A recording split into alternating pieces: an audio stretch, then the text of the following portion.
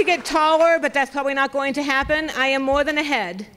I've been in places like this before many times, and right now it looks like I'm probably from my chin up, but that's okay.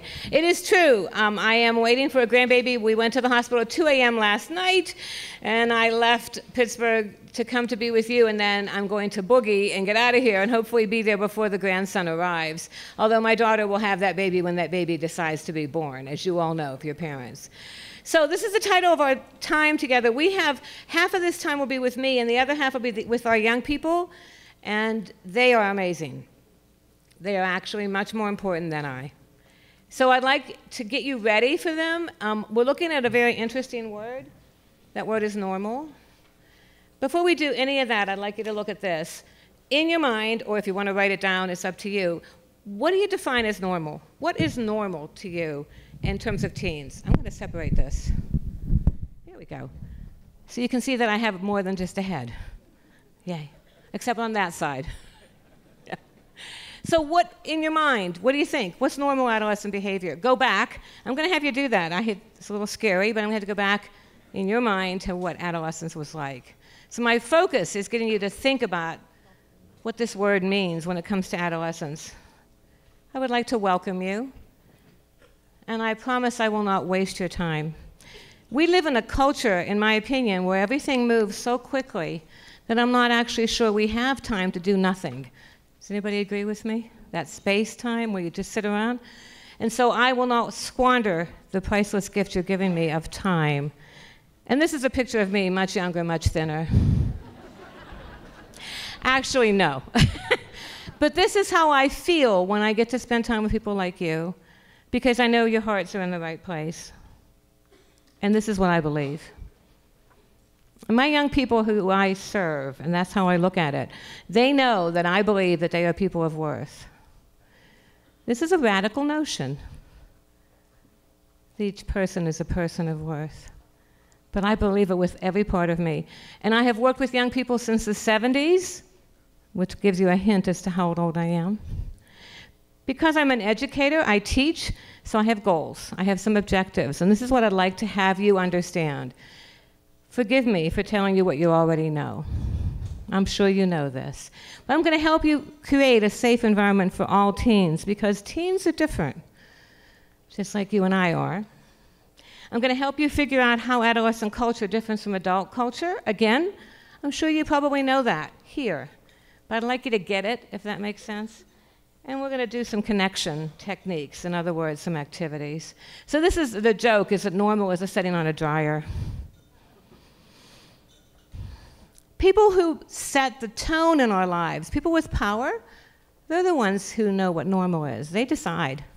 Young people, legally, and also sometimes in their culture, outside of their own friends, have very little voice. You may have noticed that. So when they have something to say, one of my things with our young people is I give them a voice. That's my job. And they are very wise. They have phenomenal voices. So we're going to look at 3 ways to reframe the concept of normal. The first one is to create a safe environment. So this is basic, but you'd be amazed at how many adults don't get this. Every single time I'm with young people, I set guidelines, right, folks? Even though they've done it so many times. And I say to them, okay, what are our promises to each other? That's another way to say it. And they tell me, we respect each other. We believe in confidentiality, but we know what it means if we have to break that. We talk openly, but without disrespecting anyone. These are basic things, but we say them, we articulate them every time we're together. So I'm going to give you a promise, and that is you have the right to pass. I'm going to do some activities with you. I will not ask you to role play or do something bizarre. But I'm going to ask you to get a little bit outside of your comfort zone, not much, and try to experience a couple of things that I use when I present, but you have the right to not do that. Good plan? I kind of like when I'm standing here, because then I know that you can only see my nose, you know.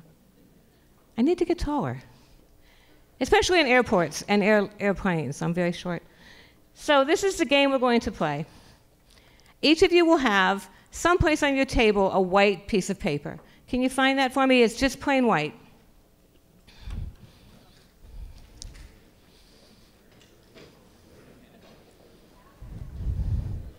It's just an actual white 8.5 by 11. So each person gets one of those, please. This is a very easy activity. What do you folks call this? Snowflakes? Don't you call this snowflakes? Yeah.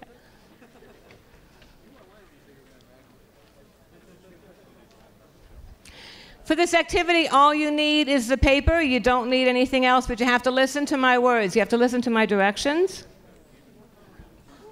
Again, you have the right to pass. So what you need to do secondarily is find a partner. That's a dyad. A dyad is two people. I like to say that to young people. You could also do this in a triad, which would be 3 people, if it pleases you. Find a partner first. If you have an unequal number of people at your table, make it 3.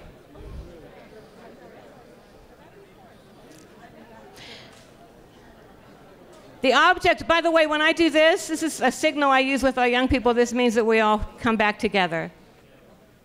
Okay, that's from my Girl Scout days. I was a leader for 13 years.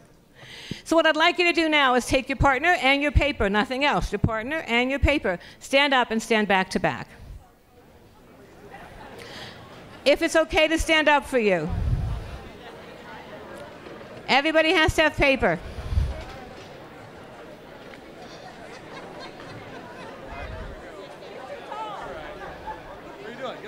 Excellent. Thank you. All right, I'm going to give you directions. I will repeat them once. I will not clarify them. This is a taste of education in the world.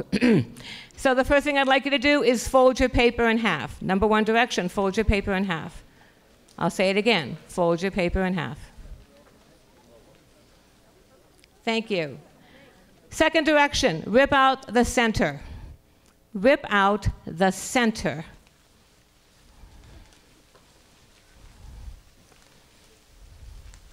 Excellent. Third direction, fold your paper in half again. Fold your paper in half again. Very nice. No, not twice. That was the second, that's the third direction. I just repeated it. Fourth direction, rip off the top corner.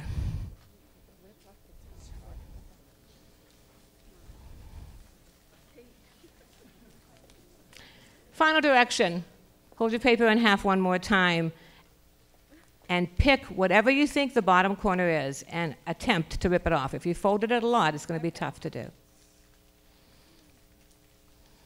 Excellent. You're very good at taking directions. Open up your paper, turn around, and show it to your partner.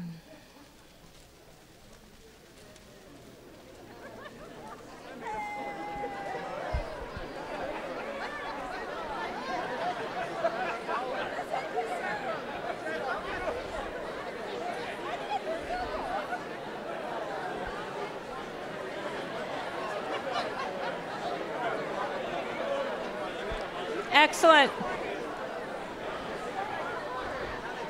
Excellent.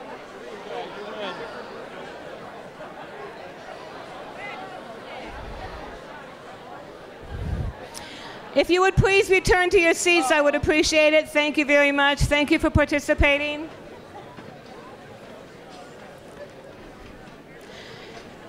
How many of you felt uncomfortable because you could not say to me, do I fold it in a hot dog style or in a hamburger style?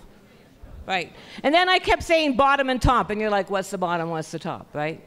So these are purposefully ambiguous directions, which is what we often give in education, unfortunately. You may notice. But what did you learn from this? What did you pick up? What did you feel happen when you compared your papers?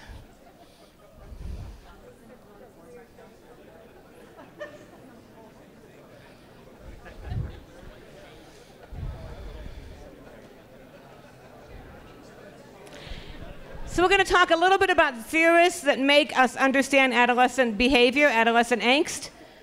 I'm going to return to this. Which theorist do you think guides us through this particular exercise? I do a lot of work with games. I've written books on games.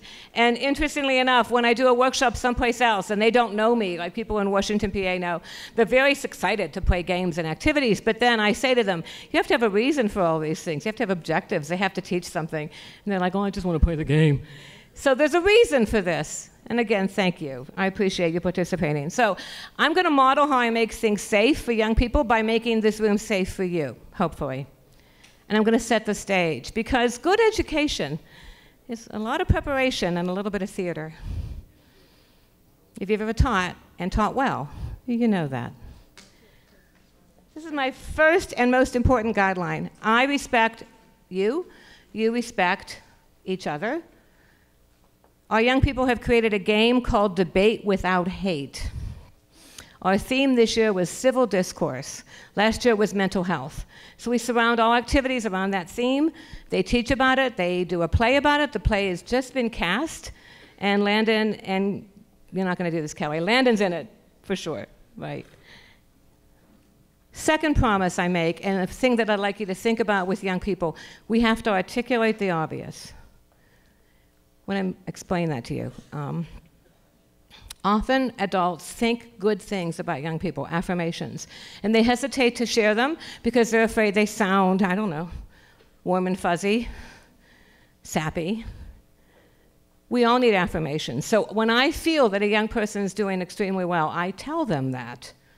And if I think their behavior needs to change, I surround that, I reframe that behavior so that I can see the good in them, because I know there's good there. So articulate the obvious.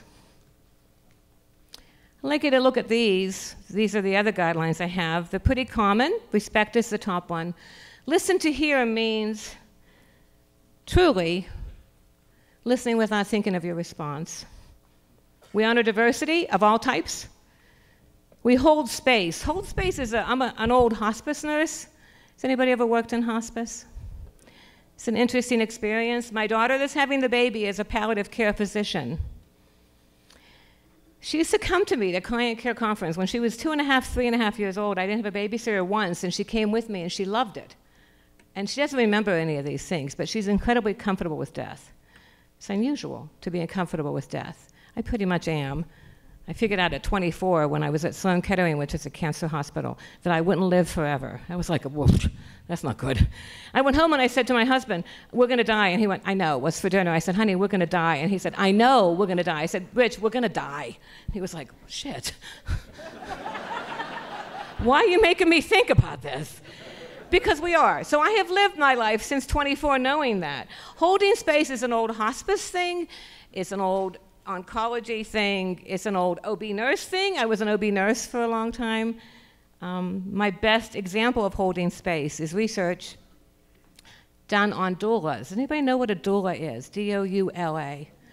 Some of you may have had a doula. This is a person who supports a person in labor. I am my daughter's doula, which is why I'm failing her right this minute. Because a doula doesn't leave. But the research on doulas that is amazing is before they could get coverage or support from obstetricians and midwives, they had to prove their worth, okay? And so they did a research study where they took a doula and assigned this person to every laboring woman in the study. And the doula was given these directions. They were not permitted to speak to the laboring mother, nor could they touch her. But they also could not leave the room. They stayed the whole time. Obviously, they dehydrated themselves, but they didn't leave, no matter how long the labor was. And at the end of the study, when they said to the woman having had their babies, what helped you the most during labor and birth? They said, that person who never left. All holding space means is your presence is there. But it's your presence. It can't have a phone in your hand. It's you. Holding space, very important. And then I believe we have to give teens a voice. That means we have to step back. We have to surrender our space just a little bit. It's scary. So we've talked enough. I want to know how you're doing. If you're okay, give me a thumbs up. If you're really okay, do one of these. If you're not okay, go like this. If you're miserable, dig a hole. If you have no clue, just sit there. That's okay. Well, I will ask you periodically how you're doing. I am not able to talk with each of you, but each of you matter because you're each a person of worth. So I will say, how you doing? And if you do this, I know we're okay. All right? Have you ever thought of yourself as a lifeguard? Anybody know Michael Carrera? Dr. Carrera is a friend of mine professionally, and he wrote a book called Lessons for Lifeguards, and he says that we call young people at risk, but we should instead use the terminology at promise. And the promise is if we as adults don't get it together, they will engage in more risk. We live in a complicated world. I would like to ask you, as adults, to take off your glasses, but don't literally take them off. Try to see life through the lens of a young person. Because we all see life through our own lens, every single one of us, because that's who we are. If you've raised a child, you know we are not born unselfish. Who can agree with me on that? It's all about mine, right? So for the time you're with a young person, try to remove your glasses and try to see life through them, and remembering that they are onions. Shrek said that. He said, all ogres are onions. Indeed, we're all onions. But when you meet a young person, you see the top layer. If you're incredibly lucky, you see the second layer. It could take years to get to the third layer. I happen to have with me my associate director, Heather, who gets embarrassed when I talk about her, so that's why I'm going to do it. And she is an outstanding counselor. She's been with me 19 years. And she came through today to help me get these young people here so I could be a doula to my daughter. And she is amazing at finding those second and third and fourth layers in a young person's life. Another thing about holding safe space with all of us is I will assume goodwill from you. I will assume you have good intent. This is an amazing quote. If it came from me, it wouldn't be a big deal, but it comes from somebody really powerful. We assume when I work with us, with our young people, that we have good intent. 3 of these young people that are with me are staff at our Common Ground Teen Center, which is run by young people. Am I right? They open it, they close it, they set the guidelines, they set consequences with our executive board of teens. I pay for the pizza. And my final promise to you is I hope you will laugh while we're together. Isn't that a great quote? Laughter is the sun that takes winter away from the human face. I like it. So at this point in our time together, I'd like to share who I am. You do have some information on me, but I am called the sex lady in my community. You should have known that when I walked in, sincerely. I am actually a sexologist. Isn't that terrifying? I know. I have certifications in sexuality education and sexuality counseling, and I don't talk about this much in school because the kids are like, yeah.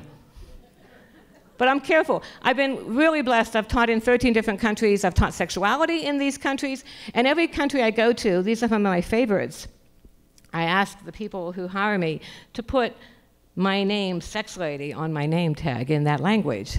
So a very quick anecdote. I taught in China twice on the second trip, not the first trip, on the second trip. On the way to the airport, my hostess said to me, you know, we didn't know how to translate sex lady. So your tag says sex worker. Yeah, 3 weeks in 2008, 3 weeks in 2009, nobody propositioned me once. I'm not sure what that means. So why do they call me this? By the way, that picture in the middle is me a very long time ago, 1970. This is my 4th child. I have 3 adult children. They're amazing. One's a teacher, one's a doctor, one's an engineer. They are beautiful people in their lives. But this is my 4th baby, the teen outreach. This is what I do. This is my heart. This is why I have no money. All right, so that's how we make a safe space. Second thing, we need to define a teen's cultural currency. Cultural currency is a social worky kind of a term, which you probably know. Again, forgive me for telling you what you already know. But I'd like to crystallize what you already know and help you see young people through a different perspective. So cultural currency is important because every encounter with an adolescent is a cross-cultural experience. I want you to think about that. Have you gone to a country where we were the minority? Didn't speak the language, right? You don't speak the language of an adolescent. And I'm going to tell you something scary. If you're 20, you don't speak the language of an adolescent. And if you're 18, you don't speak the language of a middle schooler. The questions I get in my curiosity bag in school when I teach, and I teach a lot. My staff and I have taught 230,000 young people in Washington County since 1988, sex ed. A lot of kids. The questions I get in my curiosity bag now from 6th graders are what I got in 1995, 96 from 17-year-olds. I am not making that up. It's because of one thing, in my opinion. It's my opinion, not research-based. It's because of these. Parents will say to me, I don't let my child go on the computer because I'm afraid of what they will find. And then I said, you gave him a handheld computer. And all you need is one person on the bus who knows how to find stuff. So cultural currency is what counts. As an educator in some of the school districts, I have a real challenge because the cultural currency in the school districts, based on the families, not the teachers, is athletics. And I'm not saying that's bad. But if I say to a young person, it's 15, why are you not doing well in school? And the person says, I'm going to play for the NFL. You know, the likelihood of that is slim. But if he gets a good education, or she, that would not be the NFL. Not today, right, ladies? That's a scary thing. If we have to break the glass ceiling, I don't want it to be on football. Just my opinion. It's very testosterone-laden. It would be a very boring game if there wasn't a lot of testosterone in it. So culture is how we live, how we work together. Their culture, people under 18, is different than my culture, and I acknowledge that. So we're going to do a very quick communication activity. Those are my twins that are now going to be 7, my twin grandbabies. This is when they were too young to be able to say, please do not put me in elf costumes. That's Lily and Evan a long time ago. They're 7 in June now. So this exercise is called being there or be there. And once again, you're going to find a partner. And when you have a partner, you don't have to stand up this time, but you do have to talk. One of the people in the dyad will be partner A, and the other person in the dyad will be partner 1, because I have no second people in my house. And right now, you're in my house. And all you want to do right now is find your partner. Introduce yourself if you don't know each other, and make sure you have 2 people interacting all over the place. Good plan?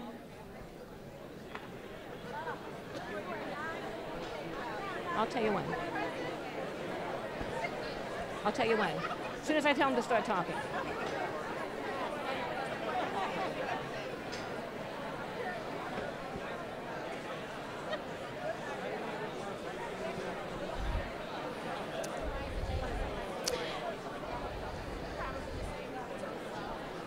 I can. Yeah. Okay, excellent. You each have a person to talk with. Now, remember I told you we're going to listen to hear. That means we're not going to think about our response, which is what we always do. Is that not the case? So people you interact with don't just think about their response. They interrupt you to make sure the response gets said. And they always have to one-up your problem. You've heard of these people? You don't talk to them often. Like, for example, if I would say to you, my knee hurts, this kind of person would say, both my legs are broken. Because it doesn't matter what you got, theirs is worse, right? You know what I'm talking about? So for this activity, we're not doing any of that. For this activity, you're going to be so into your listening, you're going to really be on top of your speaker. So partner A or partner 1? Who's partner A? Decide who that is, and then put your hand up. Excellent, very brave, partner A. Partner 1's going to talk first because partner A was brave. So this is your assignment. Partner 1, you will only talk to the person beside you, and you will talk about something very, very non-threatening. Your favorite movie, food, vacation, I don't know, place to be, activity, as long as it's not sexual. I have to say that because, remember, I'm a sexologist, so I have to make sure I cover that, right? You'll talk about that. The whole time partner 1 is speaking, partner A will listen. Totally listening. You may make Rogerian sounds. Who studied Carl Rogers in psych, remember? You can go, ah, or And your body language can be supportive, but you cannot speak. This is very difficult. That's why I'm making you do it. If you want to pass, remember, I gave you the right to pass. You don't have to do this if you don't want to. But here's what I want you to remember. You have to listen so you can repeat back what they said, because at the end, when I tell you to stop talking, partner 1, partner A has to summarize what partner 1 said. We're going to communicate. Any questions?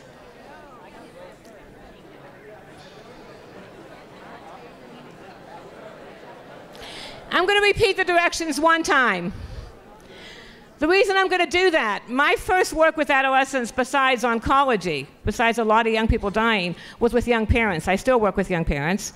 And about 25, 30 years ago, I was working with a young mother, and her baby was breech, so she was going to have a cesarean birth, right?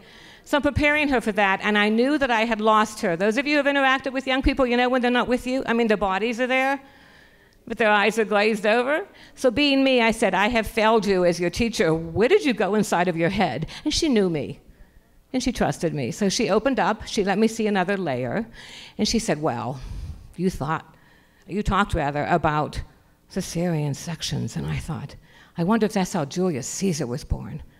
And then I thought, I wonder if Julius Caesar invented Caesar salads. And then I thought, I would like to have a Caesar salad. So this 15-year-old pregnant teen went to lunch in her head. She didn't stay with me. Why did she leave me? Why do we do that? I call that pinball brain. You hear something, your brain goes away, you daydream. Why do we do it? Why? Can you think of why? It's a couple of reasons. You're bored, third grade math, now you need a calculator. You're frightened, you feel stressed. So I'm going to repeat the directions for those of us who had pinball brain when I was explaining them.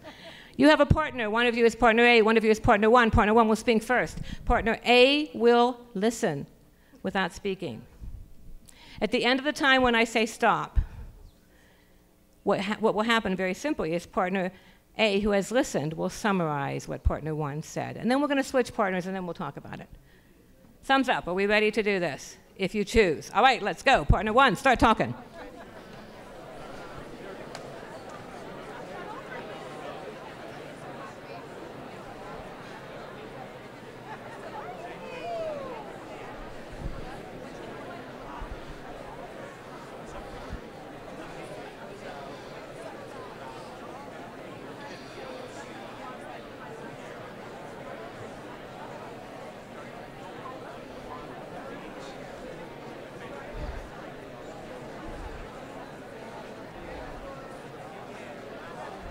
I'm going to cut it short.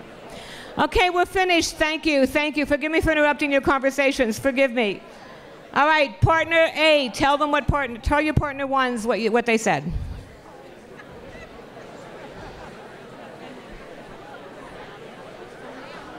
Not yet.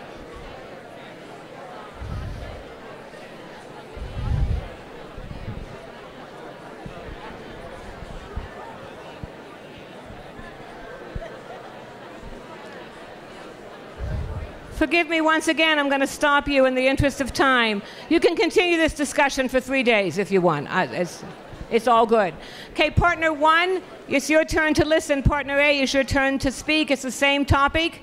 Partner A, are you ready? You're going to talk. Partner one will listen. We're going? We're going. Right.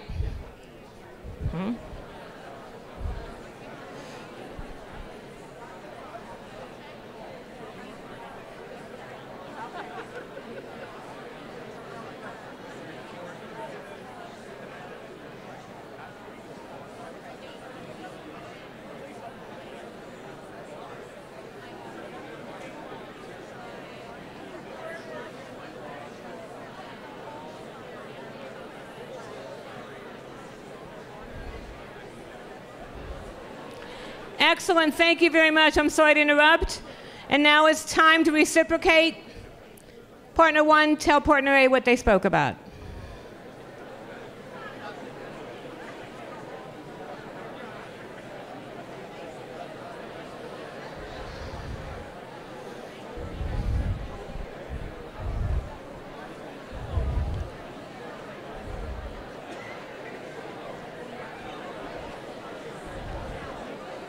Excellent. Excellent. Forgive me for asking you to come back, and thank you for being so cooperative. It's a nice quote, isn't it?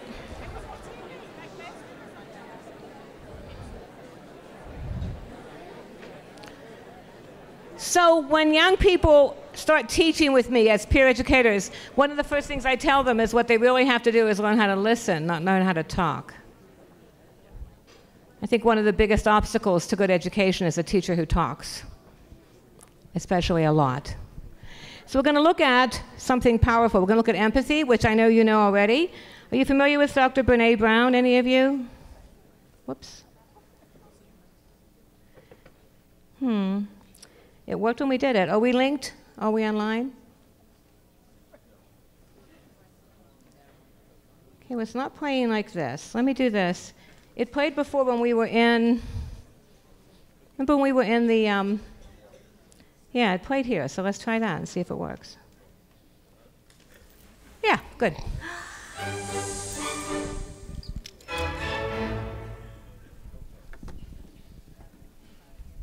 So what is empathy? And why is it very different than sympathy? Empathy fuels connection. Sympathy drives disconnection. Empathy, it's very interesting. Teresa Wiseman is a nursing scholar who studied professions, very diverse professions where empathy is relevant, and came up with 4 qualities of empathy. Perspective taking, the ability to take the perspective of another person or recognize their perspective as their truth. Staying out of judgment, not easy when you enjoy it as much as most of us do. Recognizing emotion in other people and then communicating that. Empathy is feeling with people. And to me, I always think of empathy as this kind of sacred space when someone's kind of in a deep hole and they shout out from the bottom and they say, I'm stuck, it's dark, I'm overwhelmed. And then we look and we say, hey, you climb down. I know what it's like down here. And you're not alone.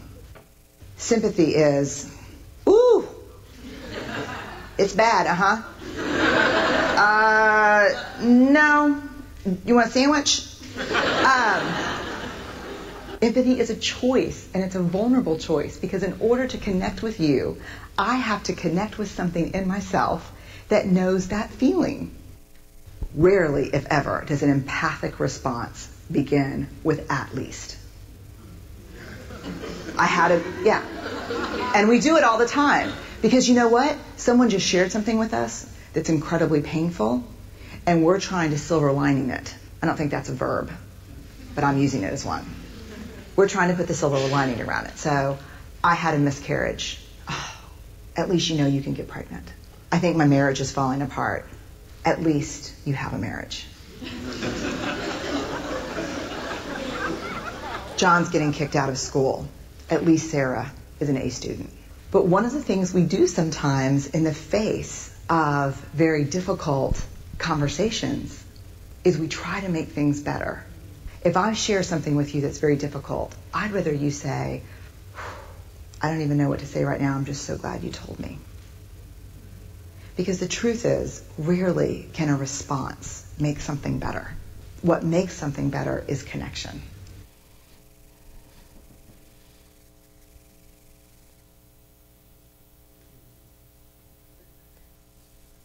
Okay, so that's Dr. Brene Brown. If you haven't met her, physically, metaphorically speaking, I hope you do.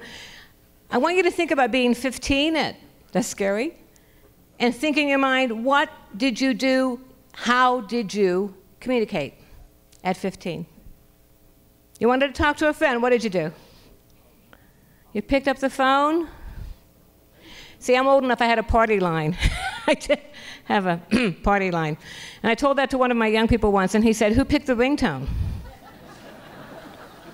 I recommend this author. This book is called It's Complicated, and it's about the social lives of networked teens, because this is where they are, and this is what they get. And I'm not condemning that. That's where our culture is right now. But if you're with a young person and they want to text to their friend, that's because it's as if that friend is in the room with them. And you have to respect that culture, because that's part of their currency. Our young people live in a fast-moving, instantly gratifying kind of place where social media rules and scheduled lives are the reality. So our final step, I want to look at some research for you very quickly. I'm going to give you a taste of research. I love research. One of the things I teach at W&J College is educational psychology. I know that sounds boring, but we have a great deal of fun with it. My students do not have a midterm. They have to role play a theorist, and they have to be recognizable. And we play 20 questions till everybody gets the theorist. So we're going to look at a couple of them in this little taste. You know these people. That's why I can do this in a speed round. Erik Erikson, Jean Piaget, Albert Bandura. Bandura is the dude who said that we learn with social learning. So when we did the paper in the beginning, that was Bandura. He's the one who did the activity in the 60s where the children were giving the big puppets to hit. Remember that activity? And after they watched the parents or adults hitting, and they were given the puppets, they hit them even worse. The dolls, the Bobo dolls. So it began the concept of we learn by modeling. We learn from each other. This is what he said. Self-efficacy, self-worth. If you're a lifeguard, you teach people how to swim. You don't swim for them. Piaget, we all know him, cognitive development, very powerful work. So if you're working with a young person who is chronologically 15, but intellectually or pre-operationally 6, you've got to change your message.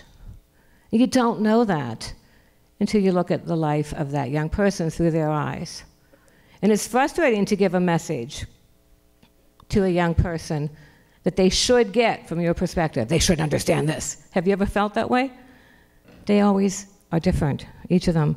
Number 3 is good old Erik Erikson. Interesting story about Erik Erikson. He changed his name, isn't that funny, to Erik Erikson. It's like me being Mary Jo, I don't understand. But you know he worked with psychosocial development. These are theorists. We don't have to agree with them, but I think the time has proven that some of their work is right, and this is what young people are looking for. This is their task. My new grandbaby will have the task of trust versus mistrust. Remember this from psych? And he will figure out that when he cries, one of us responds. And that is how he learns to trust. These young people need to figure out intimacy, because if they don't, they will feel a sense of isolation. And when we, who are social creatures, feel isolated, we act out, we self-medicate, we take risks. And if we are isolated at home, or at school, or in our community, but our peer group is taking risks, we will take those risks because we cannot lose that connection. Because we need connection, each of us. Those few of us who do not have chosen isolation, but the part of me that's an optimist about young people believes that choice was not made in a vacuum. These folks, I have one lady in here, in my psych class and my ed psych classes, I do talk about woman theorists. But I had hit the big guns today. So Bronfenbrenner talks about ecological systems theory, Gilligan and Kohlberg, moral development, and of course Maslow talks about the hierarchy of needs. So Bronfenbrenner talks about how we live in concentric circles. The child's in the middle, and surrounding that child is the very first layer, the family, sometimes the courts. Friends, church, synagogue, aunts, uncles, grandparents, school. And the further away you get from that inner circle, the less influence you have on the child. Little people need an adult desperately. So do adolescents. But adolescents do not acknowledge it in the same way. My son was quite good at lying when he was young. Except that he wasn't. He just thought he was. I was counseling at the time, and he understood that my phone cord could not go into the pantry. There were phone cords. And he could tell by the tone of my voice when I was on a counseling call. And he would hear that, and he would run to the pantry, get the Chips Ahoy, go in the other room, sit down and consume them. When he would hear my voice tone change, and hear me say things like, "I'll see you on Thursday night," he would run back. It was like he thought he had an invisibility cloak or something. So I'd go in and I'd say to him, "Nate, did you eat the cookies?" And he'd go, "No, Mommy, cookie crumbs everywhere." It's called a not good liar. But he called me Mommy, and he wanted my approval. And when I said, "I think you did," he said, "I'm sorry, Mommy." Do 15-year-olds do that? Do they still need us? Oh my God, yes. I think they need us more. And Bronfenbrenner does too. Maslow says that our needs are important, and if we don't get the good stuff in the beginning, we don't get the good stuff at the end. In other words, we don't self-actualize, which I think is probably Gandhi and Mother Teresa, but we don't hit the good stuff in terms of education if we don't have food and safety and basic needs, and you know this. And finally, Carol Gilligan and Kohlberg, and this gentleman, Kohlberg, is the one who originally hypothesized that our morality, our moral compass, develops in stages as well. The challenge with his work, see, pre-morality is when we do things because we're afraid of getting in trouble. And post-conventional morality, not everybody gets to, when you do things for the good of the whole. As Spock would say, the needs of the many are more important than the needs of the one. That is not common in the real world, only in Star Trek. And Carol Gilligan was working with Kohlberg. I don't know if any of you knew that. She was actually working under him. And she decided he wasn't looking at women's needs when he looked at moral development. She discovered that women base a lot of their moral compass on relationships. That doesn't mean that men can't. So this is my next to final message for you. I don't think any young person should be invisible. I think we have to hear them all, which is why the most important part of this evening or this afternoon is these young people and their voices. And this is a poem I would like to read to you. You can read it, but I'd like you to hear the words.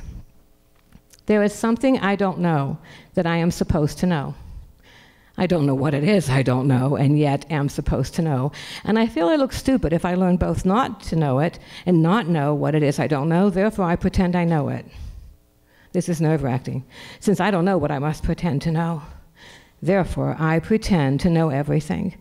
I feel you know what I am supposed to know, but you can't tell me what it is because you don't know that I don't know what it is. You may know what I don't know, but not that I don't know it, and I can't tell you. So you will have to tell me everything. Know any young people like that who act like they know everything? So, each person is a person of worth. This is how you get in touch with me. Our panel, I invite you to come up, please. Okay, hello everyone. My name is Christy Stanek. I'm with the Office of Children and Families in the Courts, and I've had the privilege of getting to know all of these panelists over the past few months. And I'd like to introduce you to them. They're going to introduce themselves, starting with Callie. My name is Callie Eustace. I'm 17 years old. I'm a senior at Trinity High School. I'm a peer mentor, and I help run our local teen center. My name is Zaire Patman. I'm 18 years old. I'm a senior at Washington High School. I'm also a peer mentor, and I also help run our teen center, Common Ground Teen Center. I'm Landon Weekland. I'm 18, a junior at high school. I'm a peer mentor, a Real Talk reformer, and I also help run the local teen center. Hi, I'm Donnie Black. I'm 20 years old. I graduated high school and currently working on college courses. Proud to be working as a youth support partner. I enjoy spending time with family and friends, acting silly, laughing my heart out. People describe me as being very friendly and welcoming. I'm Eric Demas. I'm 23 years old. I'm also a youth support partner. What I like to do in my free time is just hang out with my friends, go out occasionally, go to work. Hey guys, I'm Caleb. I'm 29. I'm a senior software application developer for United Health Group. I have my bachelor's, master's, and I'm on my last year finishing my PhD. So what I'd like to ask you all is, can you please share experience that you've had in the child welfare system? Callie, we'll start with you. I don't have any. I don't have any. I don't have any experience. Donnie? I am a former foster youth. I've entered the system when I was in 10th grade. I got into a high school fight and I was placed on juvenile probation. Once I got on juvenile probation, everything just seemed to go left. I spent a lot of time in Schumann Center with no charge just because it started a child-parent conflict, and the safest place for me would be Schumann, as I was told by my probation officer. So I spent a lot of time away from my family and separating myself from school districts. Donnie, how many, do you remember how many placements you experienced? Yes, I experienced, I'll say, one kinship care, one independent living, 2 or 3 shelters, and I'll say about 6 placements. Okay. Eric? I have CYF involvement with a little bit of mental health. I was in placement at the age of 5 for child endangerment. My mom wasn't the best parent at the time. I've been altogether, I would say like 14 different placements altogether, and that's just between the age of 13 to 15 or 16. Wow. And Eric, you had an even more difficult situation that you were adopted and that adoption failed, correct? Yeah. Okay. Caleb? Hey guys, I entered the system when I was 14 or 15. I probably bounced around between 8 to 9 homes. And by the time I was 16 or 17, the librarian in my high school actually came out to me. She heard about me and she told me if I wanted to, she'll talk to her husband. And she took me in. So to this day, that's what I call my mom and dad. And Caleb, your situation was a little unique too, in that you actually came to the United States from Costa Rica, correct? Yes. So you were in Costa Rica with your mom, who then sent you to the United States with your father. I left Costa Rica. My parents had an international divorce, so it was real messy. So since I'm a U.S. citizen, my dad had to get me an emergency passport because I was having a rough time with my mom and her ex at the time. And then when you got here with your father, things didn't go as well as you had hoped. No, he worked for the government his whole life, so still never know what he does. He never had kids, so by the time you get a 15-year-old and you tell them, hey, I'm your father, you do what I'm telling you, I'm going to give you the bell, you're 15, you're going to tell them, don't touch me. Thank you. So one of the things that you all will see from this panel is that we have half of the panel that has never had experience in the child welfare system and the other half that has. And you may be wondering what the purpose of that is. So when we were putting the panel together and we were talking about that word normal, which none of us like, we started to think about, well, how do we know what teenagers who should be doing unless we talk to the teenagers who are not in the system, right? So what are teenagers not in the system doing? Because that's what these folks should have been able to do as well. So from that, we thought, what a great idea to have teenagers who have never been in the system and teenagers who have. And so we started to talk to them, and what we saw was a real mirror effect that we're hoping to demonstrate to you today of how things could be, but unfortunately, because of professional and adult reactions, things were different for these folks over here. So just to set that framework so you know why we're set up this way.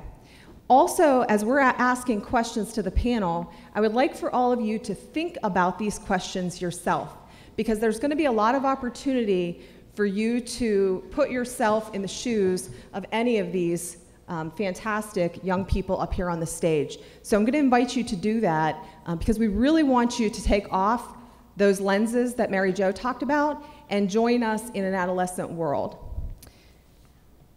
So I'm going to ask what we call a speed round. What in one word describes your teenage years? Callie? Struggle. I would say quick. Fulfilling. And what in one word described what you experienced in your teenage years? Animal. I would say chaotic. Interesting. What caused you, because I hear wild and I hear interesting, and you're also going to hear similarities on both sides. So what caused you stress? What causes you stress now as a teenager? What doesn't? Zaire? I would say school, usually, a lot of schoolwork. Just the volume of schoolwork? Yeah, well, I'm an AP student and an honor student, so that's really the only thing that's really too stressful for me right now, especially when I'm going to college next year. Oh, the Maroon Tigers. But yeah, that's basically something that causes me stress. Landon? Trying to balance social life and schoolwork together. But social life, you mean like with your peers and your friends? Yes. Okay. How about you all? What was the most stressful for you as teenagers? Paying bills. Just, getting moved out the home if I misbehaved or something. Yeah, just trying to fit in. People look at you from a different set of eyes when you grow up in the system. So we hear peers and we hear fitting in. How many schools, because we heard that from Mary Jo, and we also heard this morning about your peers being incredibly important. How many schools have you gone to, Callie? One. 5. More than 3. 2. Okay. And has it helped you to connect with your school district, do you think, going to one? For me, it has. I've had the same friends that I have had since first grade, and I'm a senior now. I've had the same group of friends. So that brings up a good question, Callie. So your longest friend you've had since first grade. Zaire, how about you? How long has and this is one that I would like for you all to think about. Think about your best friend or a friend that you have today. How long has that person been your friend?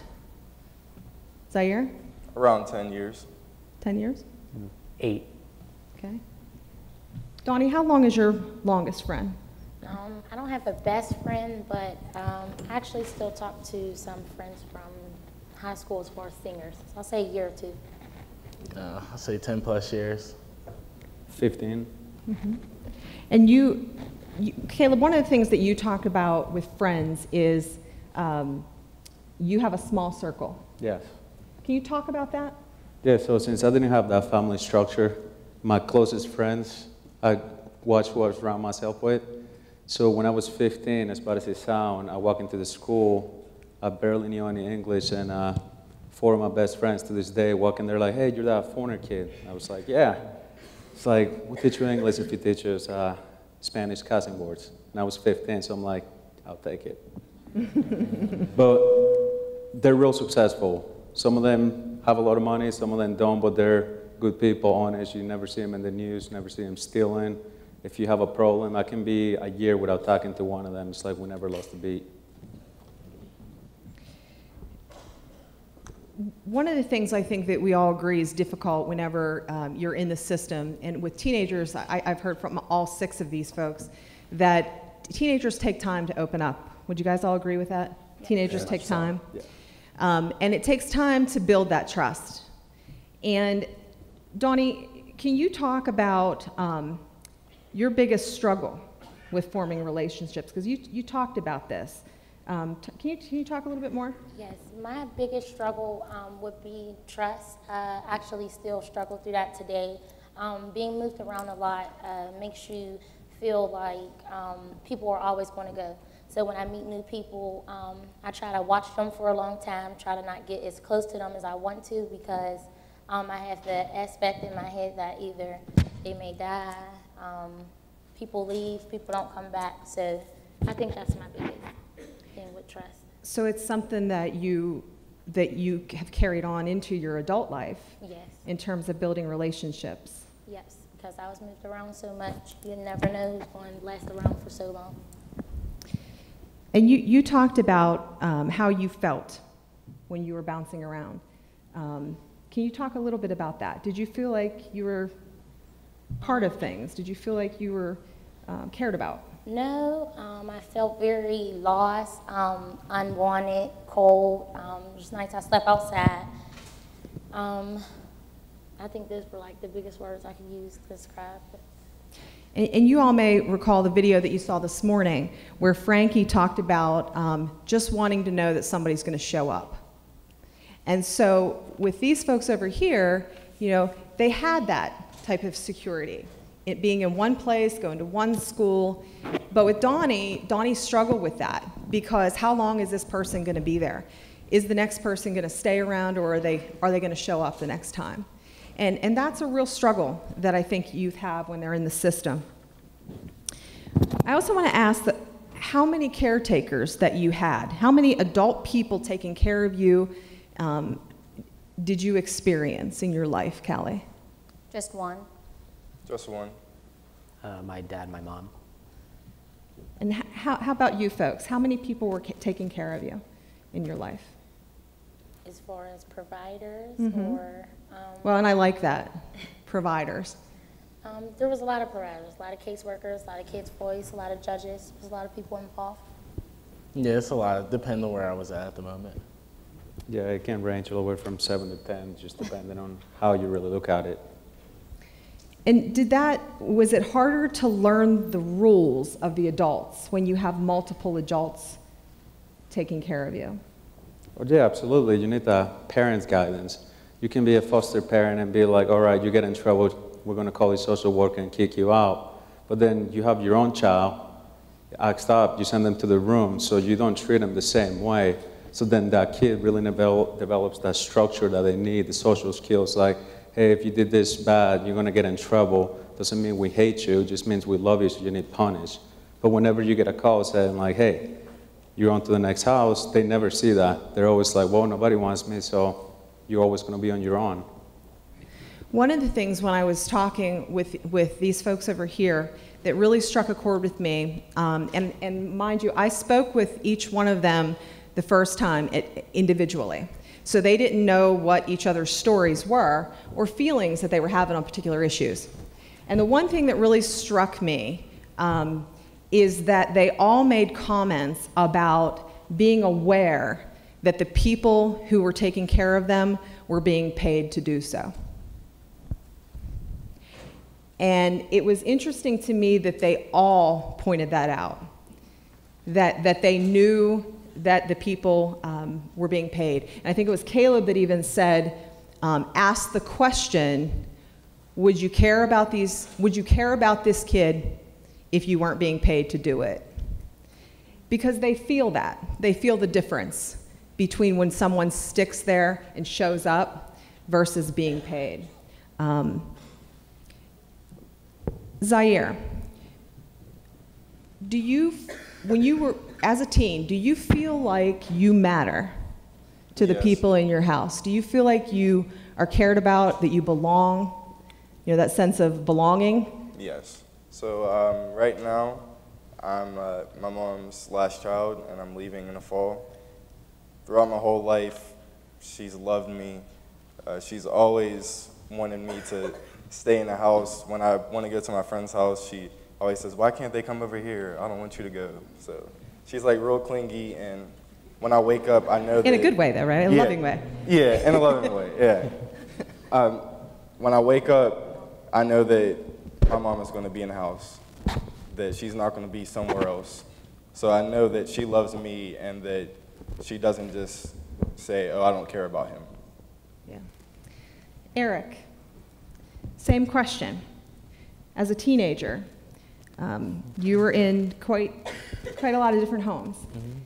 When you were there, did you feel like you mattered? Did you feel like the person cared about you, that they loved you? I mean, you could say it's kind of like a yes and no. Because it's they really didn't have to do much. As long as you looked like you were well when the caseworker came. I mean, that's all they really had to make sure they looked out for. So it's sometimes I could just be sitting in the house, sitting in my room. Growing up, I was very antisocial. So I would just sit in my room all day and nobody would really care as long as I was sticking out of trouble. So it's you can tell the difference between foster homes because not all foster homes are bad foster homes. There's good foster homes. The last foster home I'm at now, she was the only foster parent that ever really tried to get me out of my room.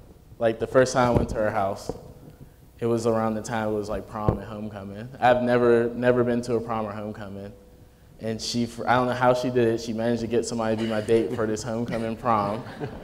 And I didn't even want to go to it. I said, no, I don't want to, I don't know anybody. And she pretty much told me I had to go to it, but doing that, it just helped me build more trust, and it just showed how much she cared.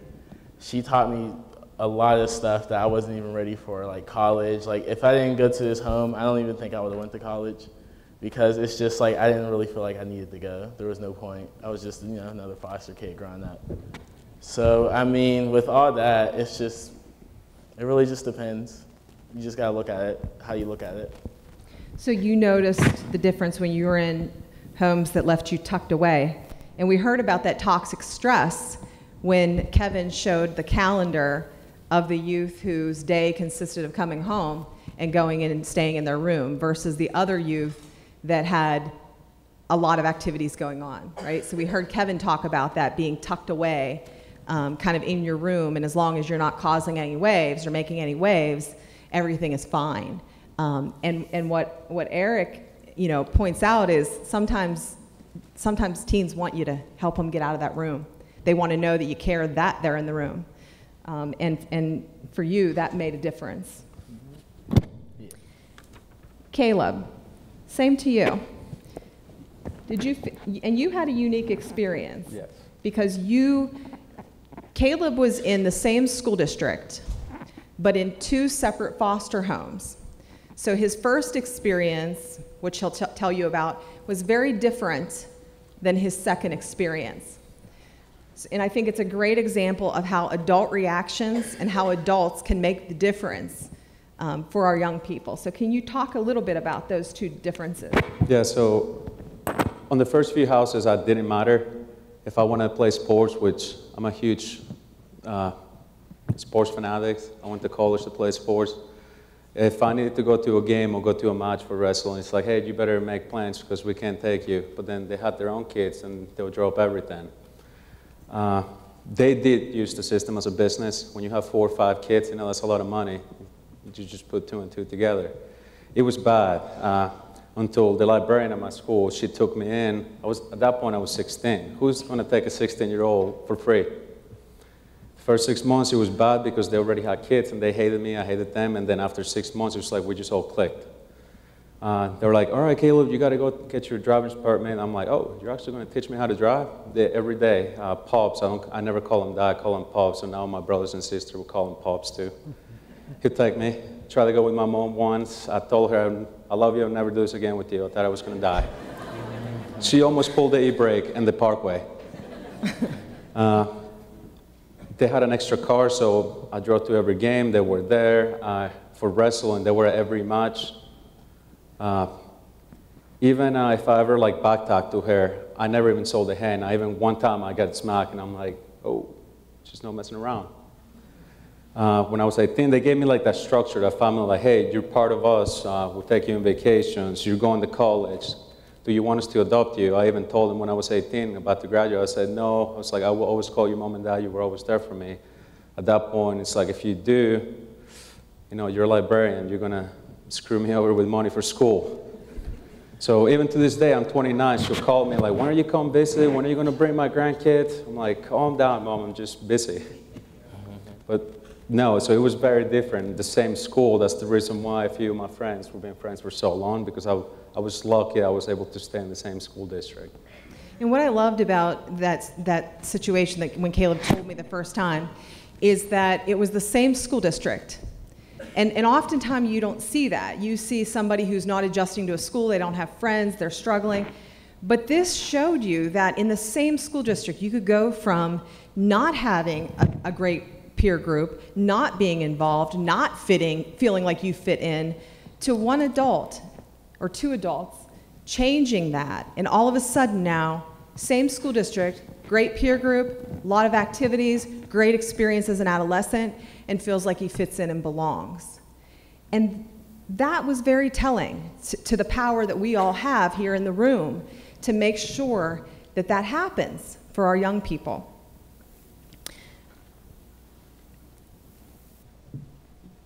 You talked about, and because we're all mandated reporters in here, I feel like I need to clarify this. So you talked about like when she kind of gave you a whap, right? Yeah. And so when he first said that to me, I was like, earmuffs, right? I don't want to hear that. But he said, no, it wasn't like that. And there was a reason why you said, that didn't bother me. It actually made me feel like I belonged, because that was the same, like she'd whap the biological child, not hard, but just and so he felt like he was part of that family by getting a car, by saying, hey, shake up, wake up, and it was being treated like, and you said the biological kids. Yeah, in the first home, exactly the same. In the first home, you knew that you were different, but in the second home, you belonged. Well, that was no second, it was the last home. The last one. I just always compare those two. Yeah, yeah. So let me ask you, when something upsets you, Landon, I'm going to ask you this one. When something upsets you as a teenager, do you have somebody in your house that you can go to, that you can talk to? I do. It's my mother. She's a great person. She's just such a good listener. Like, she never tries to interrupt. She never tries to, like, she'll sometimes give me advice, of course, but she'll just try to hear me out first and then try to really just get to the point, like get me to get to the point, or what was the word I'm looking for? Just straight up listen. Like Mary Jo said, she's really is like 2 ears and a mouth. She listened twice as much as she talked. Eric, how about you? I would just tolerate it, because, to be honest, I'd rather be, I know it's sad, but I'd rather be in an abusive foster home than be in a placement or a group home, stuff like that. It's just like, it's really wild. It's kind of like a jungle when you're in like a group home, shelter, RTF. you pretty much can do whatever you want, or people have their little cliques.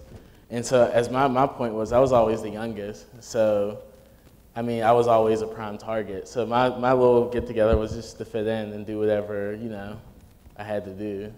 But like when it comes to like foster homes, it was just, you just tolerated it. Even if they were yelling at you, you just dealt with it. Because you rather get yelled at there than, be like, oh, you got to pack your stuff and leave. Are you all okay with that? That statement? Because I sure took a step back.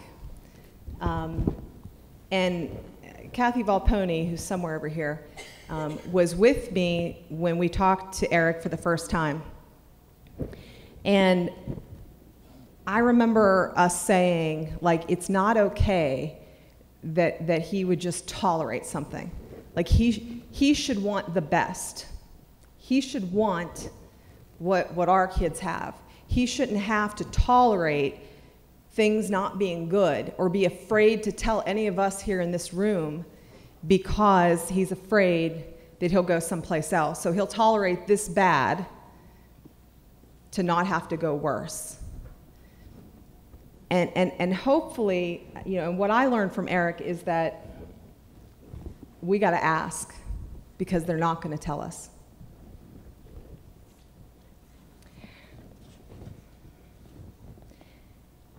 How do interactions with your peers and social activities help your life? Landon, how important is it?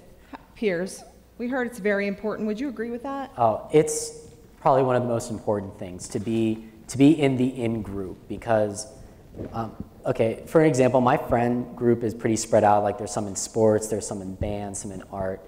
And of course I can't go to everything that they go to.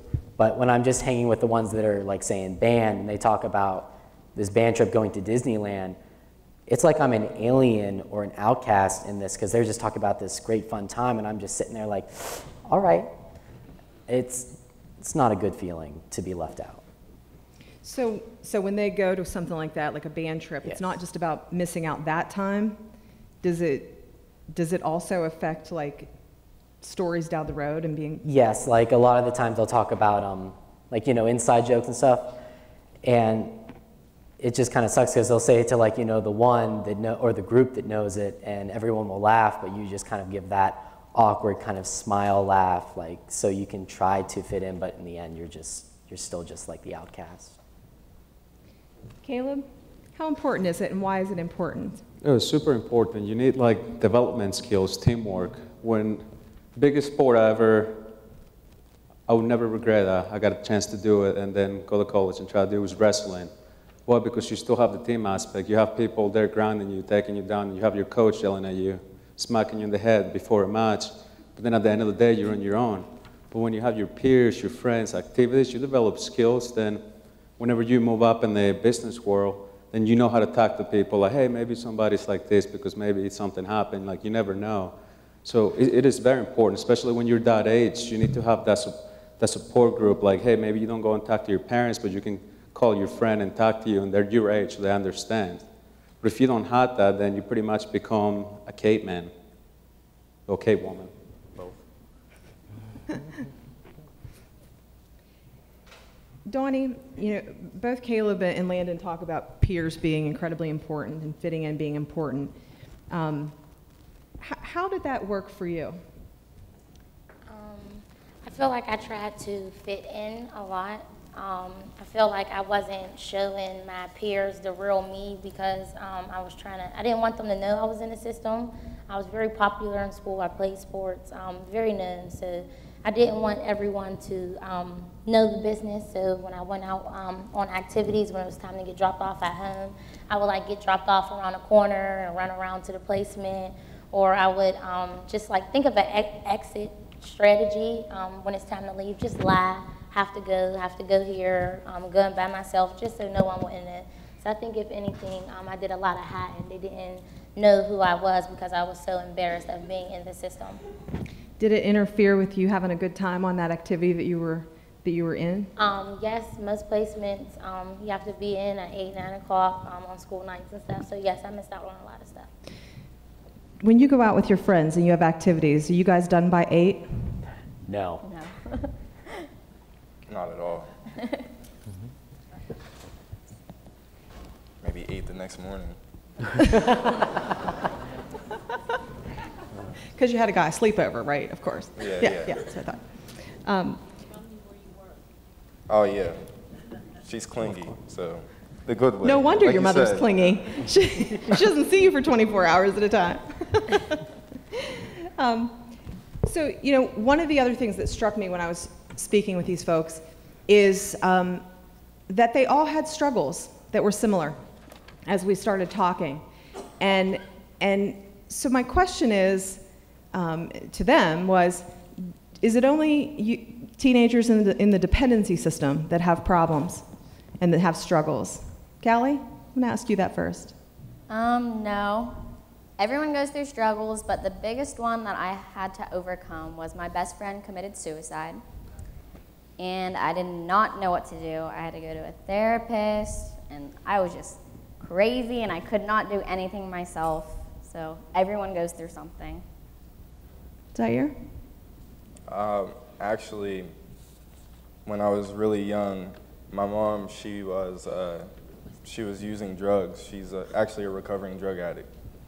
So before, it was around like early 2000s, probably 2003, 2004, I moved from Canonsburg to Washington.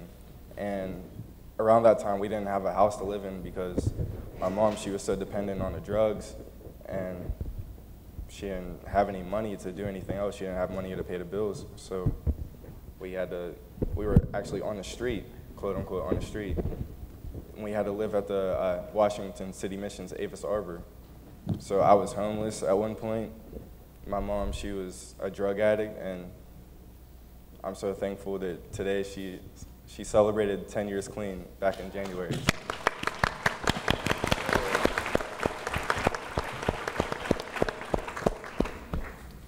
So we all have struggles, even us. So this is a question I'm going to ask you all to think about. When you were a teenager, did you ever fight for your independence? Were you ever rebellious? Did you ever sass your parents? Some of you are laughing. I'm going to ask you guys that question. So if you've ever done that, and I doubt that Zaire has, but for the rest of you, did you ever worry that no matter how rebellious you got or how sassy you got, that you wouldn't have a place to lay your head that night?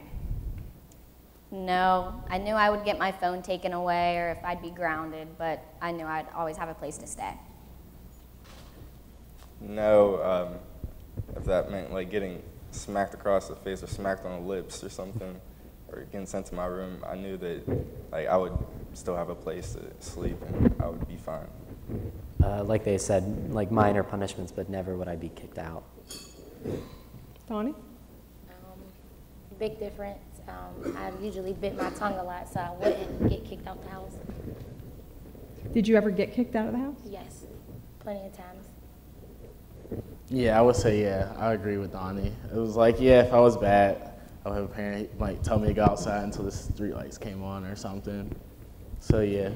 Wait, yeah. was that a foster parent that would tell you to go outside? Mm-hmm. Yeah, I had a foster parent. When he got tired, you know, seeing me, he would tell me to go outside until the street lights came on. And I was only, I would say, like 14, 15. So, I mean, there's only so much you could do, especially like you would have to figure out how to eat or where you could go. I was just real fortunate. I had one of my actual biological brothers that lived not too far, so I would just go over there and really just hang out with him. Oh, yeah, until Jolie and Brian, yeah. One phone call and you were out that day. Okay. Big difference on that question. As you guys prepare to go into your adult life, 2 of you are graduating. Do you feel prepared? Do you feel like you're ready to go on to your next years? I do. I've already chosen my college, and I'm prepared for the future. I do. I'm excited, nervous, scared, but I feel that I'm prepared. I have a plan, if that counts. Plan's good. You got another year to perfect your plan. A little bit more time. Yeah. Did you feel like you were ready to go into the adult years? No, it kind of like just happened at once. I graduated, I turned around, I was like signing a lease with a friend, getting phone bills in my name, so I think there's a big difference. No, I wasn't ready at all. And it was like, as I said earlier, if I didn't have my foster mom, I wouldn't know. The only thing I knew after 18 was, closing out a CYF. I did not really know what the next step was or anything. One of my biggest struggles was when I graduated, I actually got the Pittsburgh Promise. And before I became a youth support partner, I was afraid to leave for school because I didn't have no support system. So I was thinking about who's going to take me to school, who's going to drop me off, who's going to send me care packages, who would send me money and stuff like that. So that was definitely one of my biggest struggles when I left high school, having money to go, but was just afraid to, just because there was no guidance. Caleb? Well, kind of didn't have a choice. I just knew I was going to go to school. I actually want to go to the Navy, and my pops smacked me in the back of the head. He's like, "You're too smart, you're going to school." And he told me either Pittsburgh or South Carolina because they have family in South Carolina. So I like Pittsburgh, so stay there. So I guess I was not prepared, but I didn't have a choice. And I also didn't want to be like a lot of people that I knew in the system and throw their life away for drugs or something. So I'm like, well, better go to school. Something that Caleb said to me that made me think, he said, our teenagers learn independent living from living in our homes. We take them driving, we take them to learn how to use a debit card, and we teach them how to cook, we teach them how to do laundry, we teach them all of those things in our homes. And he said, but for those of us in the system, we have to go to another building and take classes how to do that. That stuck with me. Yeah, you can't be a foster parent and be like, all right, let me have the talk. If you were dad talking to your son, or hey, this is how you balance a checkbook. But then when you're a foster parent, you're like, hey, go talk to your casework, and then it'll be Linda or Crystal, or if you guys know who they are, they'll take you to a class on independent living and teach you all that. But then you have your mom and dad. So. Yeah. Speed round. What are you most proud of, Callie, in your life that you've done so far? I'm just proud of how far I've came and how much I can improve on myself and others. Zaire? I'm proud of the fact that I've had some struggles in life. There's been some hard times in my life, but even though I've had those struggles, I was able to overcome it and learn from it, be a better person. Being part of the teen outreach, being able to do things like this and make a difference. Donnie? Being a part of the youth support partner unit. I was going to say graduating high school, having a nice, good job for right now. Oh, my family, without question. I have 2 kids, and I'm never going to be the parent I didn't have for them. So it's the reason I'm finishing my PhD, and I move up in my career just because I want to give them like everything. And might I add that when he proposed to his fiancée just recently, he couldn't figure out which diamond ring to give her, so he gave her 2. So he's serious when he says he wants to give the kids and the family everything. You girls on Pinterest.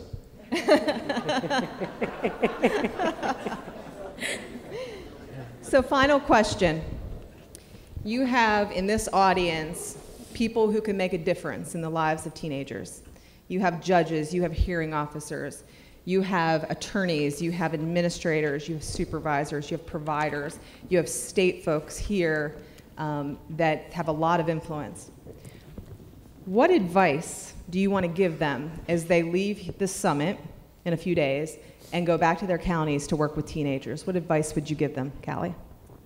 My advice is to remember when you were a teen and what you wanted to do or what you once did, we still want to do. I would say, remember that you guys are the present, but the kids that you work with, those kids are the future. So would you want your future to look like a disaster, just a whole wreck, and know that you were part of the fact that the students, the kids that you were working with, have made it a disaster because you didn't raise them right or you didn't work with them right. Okay. Remember that the kids you work with are individuals and people too, just like you. Donnie? Again, my system involvement was juvenile probation, so I would definitely say teens will be teens. I feel like a lot of the youth I work with, everyone go through their rebellious stage. So I feel like let's look for the better days compared to the one bad day that a kid could have. Yeah, they're teens, so. Yeah, I would say be patient. We all know how we all were as we were kids before. And I would just say keep fighting. I mean, it might not look like it, but I mean, there are little changes happening. There's, 3 positive successes so far that y'all can see face to face, and just to keep fighting. And if I can add, I would like to say, also, it's about listening. As far as it's not what you say, it's how you say it. So maybe think of miracle questions, more like, what happened to you? How did that happen compared to what is wrong with you? Why are you acting like that? Try to understand the kids more. Yeah, and I would say just remember why you picked this field. A lot of the caseworkers here, I used to be an accountant, so I'm really good at numbers. Even before I became a developer, I don't like accounting anymore. We know why you picked this field. It's not like you were going to be the next CEO. So whenever you chose and you picked that career path, you were passionate. And I know sometimes it's hard whenever, excuse my language, you got to work with some terrible parents and some badass kids. But just remember, because once in a while you will run into that one kid and you're like, wow, I did all that work for him and he paid off. And just remember that these kids don't have a voice. They're pretty much in you guys' hands. And sometimes I know it's really hard to find good foster families, but once you do find those good foster families and kids go on to live their own life, stay in contact with them because they'll take more kids. My parents adopted 2 more kids, so I have 2 African-American brothers, my brother, my sister, myself. Like, we're very diverse. She'll ask more, but my dad won't let her. So just remember that, and just remember you guys work for these kids, and they don't have anyone but you guys. And to conclude, we just want to highlight that you've heard from 6 amazing young people with different experiences in the system, not in the system, different but the same in terms of how they experience adolescence or how they experienced adolescence, but for the system and the adults that cause some of their experiences to not go as well. So I'm going to use Caleb's words from when we were talking before, when he said, it's not okay to find someplace that'll take us month to month. You have to find somebody who wants to stick with us. And so for that, I leave you. I want to thank these young people. It has been an absolute pleasure to get to know you guys, and I am thrilled to have been here with you.